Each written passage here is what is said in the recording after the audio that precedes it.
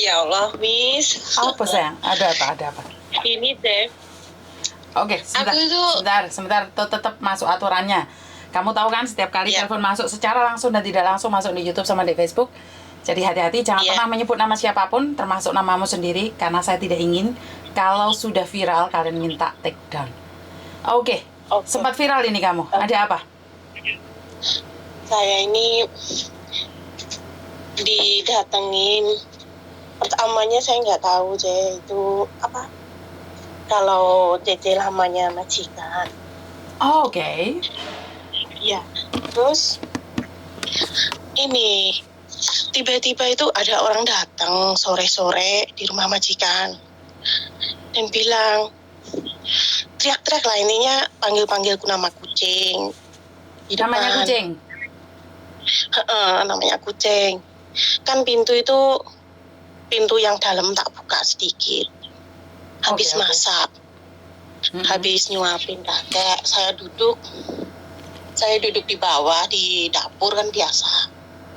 Tempat saya duduk di situ. Nah, saya samperin, kirain kan seperti biasa kan tetangga yang manggil kucing. Terus aku ke depan, terus saya tanya, Mbak, nyari siapa? Saya bilang gitu. Nyari kucing, buka pintunya. Loh, majikan nggak ada, Mbak, maaf, saya bilang gitu.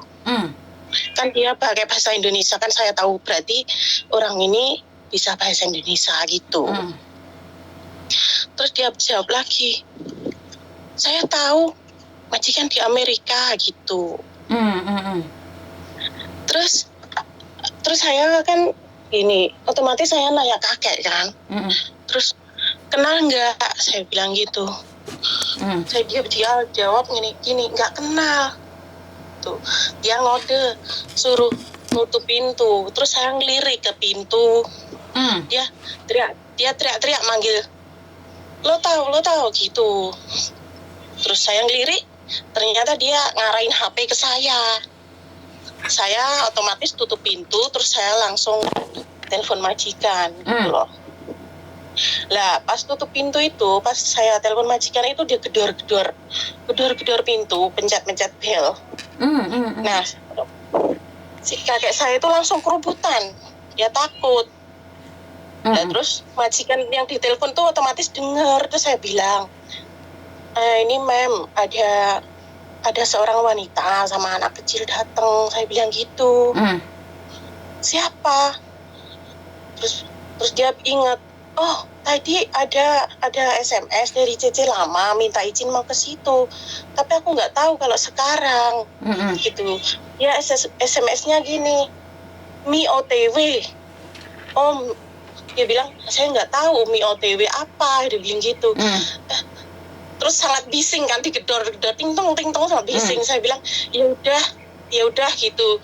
Terus dia bilang lagi, ya udah kalau mau takut nggak usah dibuka pintu, nanti saya bilang ke dia lain kali saya atur jadwal lagi buat ketemu di luar, makan di luar gitu. Terus tak tutup lah itu HP-nya. Terus dia suaranya sudah nggak ada. Tapi keesokan harinya kok ada muncul gambar saya di grup gitu loh. Terus majikan kan juga bilang kan nggak usah dibuka. Dan majikan itu sebelumnya kan nggak ada konfirmasi ke saya. Keluarga majikan pun nggak ada SMS dari saya ke saya, maksudnya nggak bilang besok ada orang datang gitu, nggak ada. Itu tiba-tiba saja gitu loh. Bukan saya menghalangi, enggak. Memang saya sendiri tidak kenal, kakek pun nggak kenal gitu loh, nggak tahu. Kami cuma berdua kan, maksudnya mau buka pintu, orang kita nggak ngerti, ditanya dia katanya nyari kucing, suruh buka pintu. Kalau dia bilang baik-baik, Mbak, saya ini dari ini, suruh ini, terus ini buktinya. Dia juga bilang, loh saya sudah izin. Iya sudah izin, tapi kan orang nggak ada. Saya juga bilang begitu. Terus? Memang benar-benar nggak ada, maksudnya nggak ada omongan sebelumnya gitu loh. Jadi saya tutup pintu itu memang untuk mengkonfirmasi majikan gitu loh. Oke, terus? Tapi kok kesannya mbaknya itu nggak bahagia gitu loh. Kok foto saya sampai pakai baju pendek seperti itu dieret-eret ke grup gitu loh. Oke. Nah, saya tuh cuman itu. Saya juga foto saya terpampang di situ, saya juga konfirmasi ke majikan. Majikan sudah bilangin mbaknya juga gitu loh. Sudah di take down belum? Belum, yang di grup satunya tuh belum di take down. Yang di grup satunya sudah. Oke, artinya adalah kalau kamu sudah jadi mantan jangan pernah cari lagi gitu ya, bener nggak? Iya bener. Bener nggak? Ya bener Miss, cuman maksudnya kalau cari lagi itu kesannya yang baik gitu. Unggah-ungguh. Iya bener. Jangan bener, karena pernah menjadi dan satu rumah, kan kita sebagai orang baru kan nggak tahu siapa kamu. Ya kamu kenal kakek, ya kamu kenal keluarga majikan, tapi kan saya nggak kenal. Iya. Bener nggak? Iya bener. Dan risih juga. Saya tidak ngomong tentang kamu ya Mbak ya, saya berbicara secara keseluruhan aja ya. Saya tidak ngomongin tentang kamu. Ini secara wajar aja. Kan kamu sudah nggak ada di situ. Kembali mau ngapain ya? Mau ngeliat. Terus kamu tahu nggak melukai hati orang lain? Karena kalian kan tidak saling kenal, kecuali majikan ngasih informasi, Markontul mau datang, tolong ya bukain pintu, kan beda toh? Beda. Lah ini kan enggak. Ini kan enggak ada konfirmasi. Tadi kan kamu bingung. Kan antara kamu membuka, kalau sampai ada kesalahan kan di kamu yang nanggung. Iya, benar. Ya, tiba-tiba karena so akrab sama-sama orang Indonesia, ya udah Mbak masuk aja. Nah, tiba-tiba namanya orang kita nggak tahu. Saya tidak bilang satunya nggak bagus. Tapi tiba-tiba majikan ngomong, "Lah kenapa kamu masukkan? Kenapa kamu nggak izin aku?" Nah, modar we lah. Ya benar, makanya dari itu kan saya tutup pintu langsung, saya detik itu juga langsung nelpon majikan. Oke, jadi Mbak E yang awalnya itu tidak ada kesabaran untuk menunggu sampean konfirmasi kedepannya seperti apa dan bagaimana, benar nggak? Benar gitu loh, dia nggak sabar, jadi dia gedor-gedor terus sampai si majikan saya yang ditelepon mendengar dan dia bilang nggak usah dibukain pintu, biar nanti saya ngomong SMS dia sendiri ya begitu. Kita atur waktu lagi, kita anbay sikan hejupin ya ceseknya gitu dia orangnya. Oke, dan di sini saya tunjukkan di kamera ya. Ini buat mbak-mbaknya kalau pingin tahu seperti apa sih SMS-nya seperti ini. Karena saya tidak membela kalian berdua, karena saya tidak ada hubungan dengan kalian berdua ya. Saya cuma ingin bilang bahwa dongkol buat Mbak ini kerja di Choifung 3 jempol 10 buat Anda. Saya kurang tahu ya. Kronologi, saya udah izin majikan dia mau jenguk kakek. Udah diizinkan. Sampai di sana Mbak ini duduk melantai depan dapur sambil main HP. Mukmunnya dibuka. Ini main HP ke posisimu telepon majikan sebenarnya ya? Oh bukan, saya duduk di ini tuh balesin majikan, chat majikan, majikan ada apa? Dia bilang ada social work mau bantu kakek olahraga gitu loh. Oke. Saya duduk memang. Oke. Sudah saya kasih tahu mau jenguk kakek, saya juga sebut nama kucingnya, peliharaan kucing. Ya Allah Robi, pintunya langsung ditutup, dikunci. Sudah ditelepon majikan, dia malah nggak diangkat. Ya Allah, ini sebenarnya kalau saya pribadi malah saya malu ya.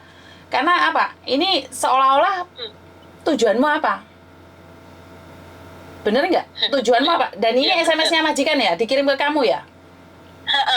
SMS-nya majikan dikirim ke saya. Oke, majikan mengatakan, please stop your posting in Facebook. I think it's not proper to post my dad home and my helper. Jadi majikanmu sebenarnya nggak terima ya? Jika memang ada waktu disuruh rent outside.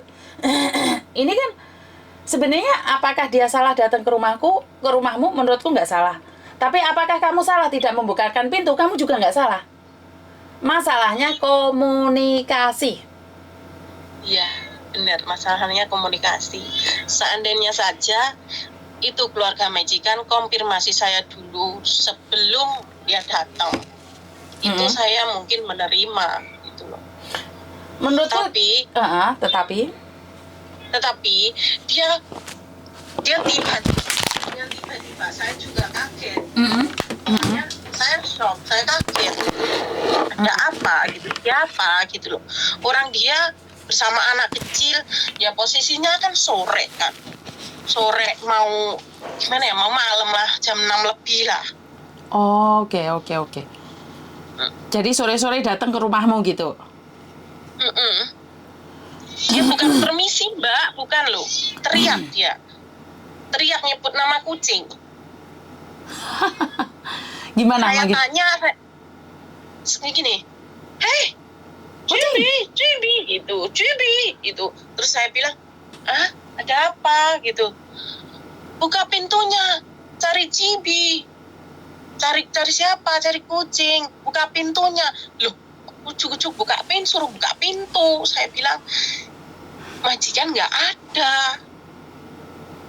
Ya ini yang dikatakan adalah unggah-ungguh. Coba kalau Mbak, aku pembantunya yang lama, aku sudah izin majikan, boleh ke sini. Nggak percaya telepon majikan, gitu kan enak toh?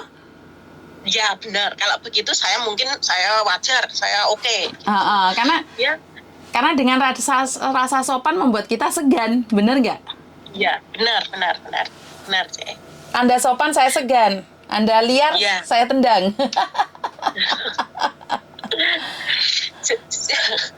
Detik itu tuh sebenarnya takut gitu, rasa apa ya, rasa takut, rasa kaget, gimana ya, kaget campur jadi satu gitu loh. Jangankan sampean toh Mbak, jangankan sampean ya, ini saya cerita diri saya sendiri ya. Di rumah saya tiba-tiba ada orang ting tong teriak, saya juga nggak suka. Rumah saya sendiri loh ini, saya pun tidak akan langsung membukakan. Paham nggak? Walaupun rumah ini saya izinkan siapapun masuk, tapi kan harus pakai unggah-ungguh. Sopan itu perlu. Soalnya awalnya teriak, jadi saya kaget. Kalau ting tong gitu mungkin nggak seberapa ya. Dia teriak panggil itu CCTV cuma nyorot 3 ke pintu. Jadi kalau dikiranya saya ini jahat, saya bohong. Itu si Yuce saya semua bisa lihat dari CCTV. Dia bisa melihat rekaman baliknya gitu loh. Si Yuce juga SMS, jangan di post. Ya, SMS ke dia dikirim ke saya tadi. Gitu. Oke, yang terus di Amerika itu. Terus ini kata-kata yang dia post ini boleh nggak saya post balik ke YouTube dan saya katakan salahnya komunikasi. Kata-kata yang majikan itu. Bukan yang majikan itu nggak, saya nggak ikut campur. Maksudnya mbaknya kan dongkol banget itu loh. Terus tak tulis ini versi pembantu baru dan pembantu lama gitu loh. Oke. Boleh nggak? Oke, nggak masalah. Kan itu versi pembantu lama mengatakan dongkol banget, tapi kamu tidak tahu versi pembantu baru itu pikirannya apa, kan takut toh? Makanya saya akan bilang bahwa ini adalah versi pembantu lama dan pembantu baru. Kalau kamu sudah jadi mantan, ada unggah-ungguhnya. Walaupun cuma datang sebagai orang yang menjenguk. Jangan gerudak-geruduk, sok kenal, sok baik. Karena cinta di atas kontrak. Kontrakmu selesai, orang lain pakai. Iya. Bener nggak? Bener. Jadi harus ingat cinta di atas kontrak. Jangan ujak-ujuk. Karena kontrak yang lainnya masih berjalan. Bener. Yo, ini untuk barisan para mantan ya. Ojo sering ganggu-ganggu. Walaupun hubungan kalian baik, itu nggak ada masalah. Tapi yo harus respect rezekine wong, harus menghargai orang lain yang ada di situ. Jangan ujak-ujuk. Iya, benar. Jadi untuk barisan para mantan loh ini ya. Ada yang lain lagi pingin disampaikan atau pesen? Ya, pesan saya sih semuanya itu bisa dikomunikasikan, jangan ya seperti itulah. Gitu. Dan jangan di Facebook langsung ngomong di aku kan enak gitu ya. Iya benar Miss. Nggak bisa berkata-kata. Apakah Saman juga konfirmasi ke dianya langsung? Nggak ada, saya nggak, maksudnya saya nggak kenal, saya nggak punya Facebooknya, saya nggak punya nomor HP-nya, gitu, nggak punya. Yang konfirmasi ke dia langsung itu para majikan. Oke. Ya, sangat mengenaskan sekali. Iya. Kaget saya. Oh, ya wes, gak apa-apa. Sekarang sudah jelas dan sampean juga harus tahu bahwa memang seperti itu. Iya. Ada yang lain lagi ingin disampaikan? Nggak ada, Miss, cuman ya sudah, maksudnya postingan itu dihapus saja gitu loh, nggak usah membuat malu diri sendiri gitu loh. Siap. Terima kasih atas informasinya. Dan sama-sama, saya terima kasih juga ya Mbak Yuni. Sukses selalu buat jenengan di situ. Terima kasih. Ada pesan lain nggak ada? Nggak ada. Oh ya wes, matur nuwun nuwun ya. Selamat bekerja dan sukses selalu. Matur nuwun nuwun. Assalamualaikum. Oke. Inilah pentingnya menjaga komunikasi. Inilah pentingnya menjaga adat istiadat. Inilah pentingnya menghargai orang lain. Dan karena kita tidak tahu apa yang terjadi dan kita juga tidak tahu mana yang terbaik buat kita, belum tentu terbaik juga buat orang lain.